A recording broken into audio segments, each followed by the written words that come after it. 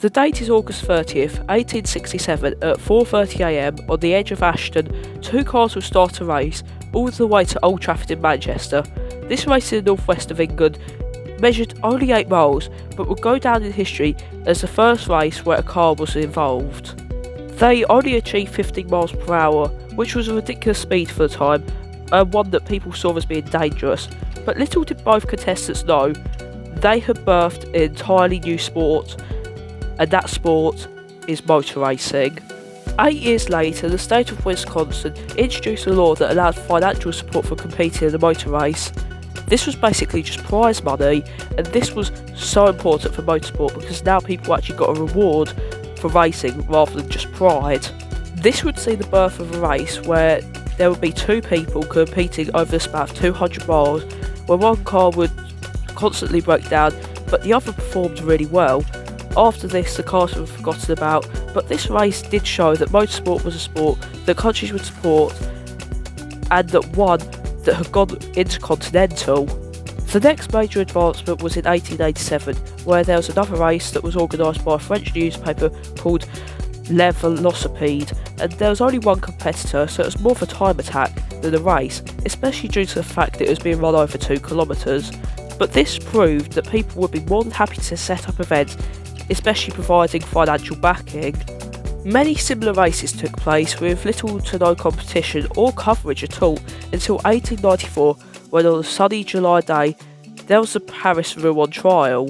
102 people entered and planned to run the race at a 10 miles per hour average, but this was considered to be too dangerous, so it was decided that a 126km race would be run from Paris to Rouen. Many cars were entered with many different ways to power the car, including steam, petrol, electricity, and even gravity. Many cars dropped out of the race, leaving only 19 people to start the race, and during the race there was mandatory stops for lunch and breaks, especially drinking. This race was significant as there was finally a true race that was widely publicised, an event that was backed with a lot of money. The Paris-Rouen race was a major event for racing, but it was more of a rally than an actual race itself.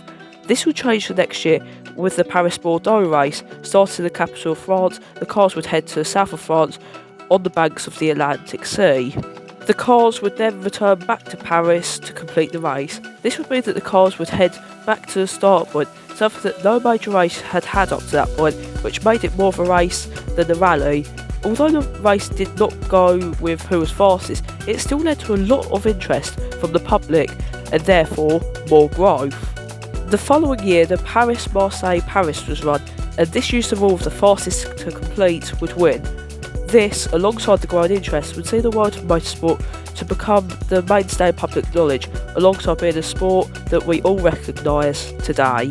With the popularity growing constantly, many more races would be staged. However, many countries had begun to ban motorsport due to the danger present, and France would follow in 1903, after a crash involving Marcel Renault, who helped to found Renault, would be involved in a crash that would kill 9 people, including Renault himself.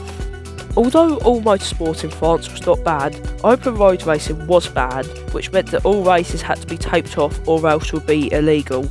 With the growth and solidification of motorsport in popular culture, it appeared that it was one large accident away from being banned completely.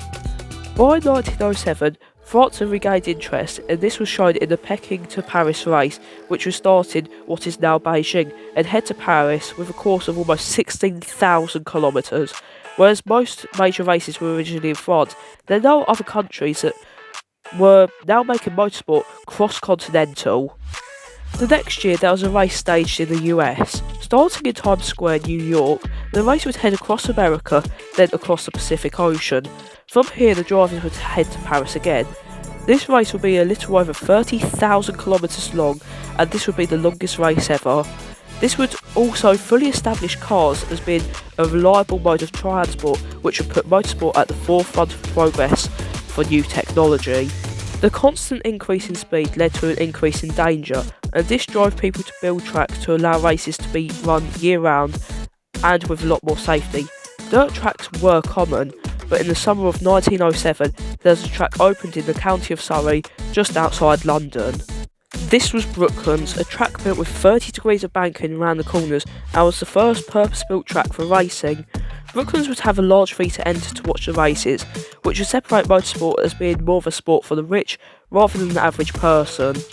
Brooklands would signal the start of motorsport being attended by and run by the rich, but also started to move focus away from road races and into tracks, which could be used to raise money.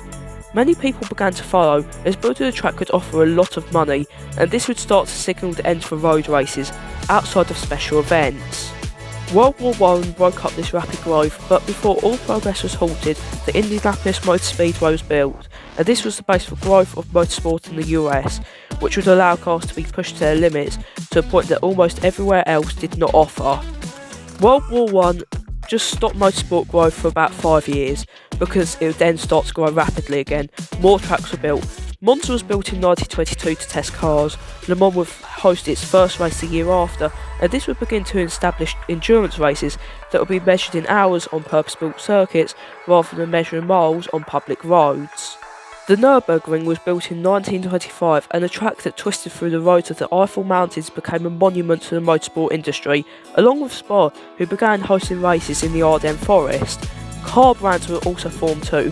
BMW, Porsche, Maserati, Volvo and MG were all founded in the 1920s. This decade of booming would come to an end in 1929 with the Wall Street crash and the following depression.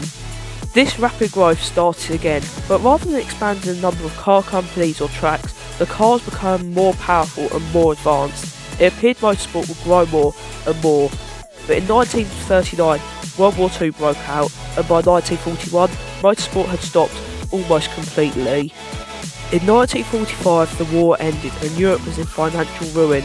The want and need for speed continued, and this led to many of the airbases used for planes becoming circuits.